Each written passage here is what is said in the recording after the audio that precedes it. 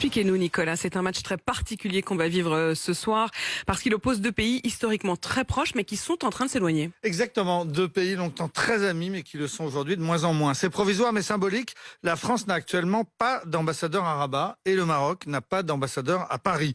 L'ambassadeur marocain n'était pourtant en poste que depuis moins d'un an, mais il a été rappelé pour prendre d'autres fonctions, signe donc d'un coup de froid sur les relations entre les deux pays. C'est l'affaire des visas bien sûr qui est à l'origine de la brouille. La France proteste contre le fait que le Maroc refuse trop souvent de récupérer ses ressortissants lorsque la France veut les expulser. Et par mesure de rétorsion, Paris a décidé de réduire de moitié le nombre des visas accordés aux Marocains. En réalité, le nombre n'a pas baissé de 50%, mais il est tout de même devenu beaucoup plus difficile pour les Marocains de venir en France. Des visas sont régulièrement refusés, par exemple à des chefs d'entreprise ou à des Marocains qui veulent venir visiter leur famille, ce qu'ils jugent humiliant puisque les Français, eux, continuent à pouvoir visiter le royaume sans avoir besoin de visa. Et l'autre sujet de dispute, Nicolas, entre la France et le Maroc, c'est la question du Sahara occidental. Alors ça, c'est un dossier qui oppose surtout le Maroc et l'Algérie. Le Sahara occidental, c'est ce grand désert revendiqué à la fois par le Maroc et par des indépendantistes soutenus par l'Algérie. C'est un contentieux majeur et empoisonné entre les deux pays. Et la France, eh bien, le Maroc lui reproche de ne pas reconnaître que ce territoire lui appartient.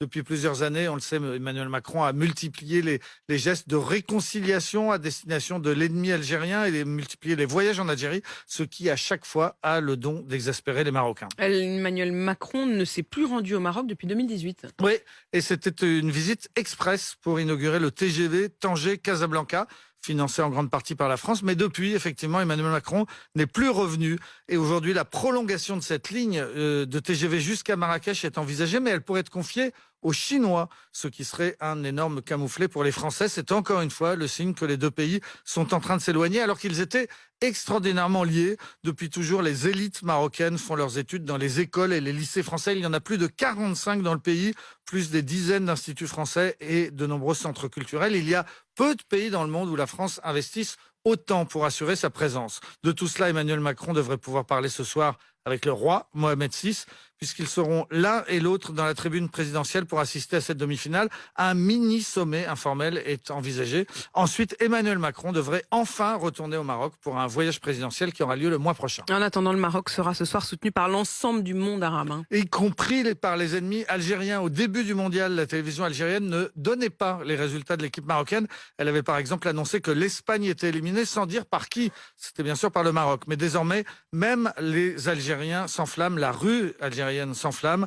L'épopée de cette première équipe africaine à atteindre les demi-finales est suivie avec passion en Tunisie, en Égypte, en Syrie, en Irak, en Arabie Saoudite et bien sûr au Qatar, avec en plus un enjeu politique. Les joueurs marocains sont devenus les porte-drapeaux de la cause palestinienne, alors que le Maroc a été un des premiers pays arabes à avoir normalisé ses relations avec Israël.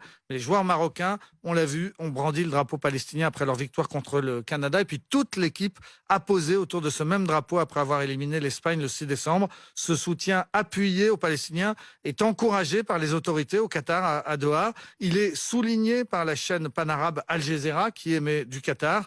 Et d'après le journal Le Monde, tout cela avec le soutien tacite du président de la FIFA qui condamne la politique dans le sport en général, mais qui, en l'occurrence, a des indignations sélectives. Ce soir, ce sera donc la France contre le Maroc, mais aussi la France contre le monde arabe et la Palestine.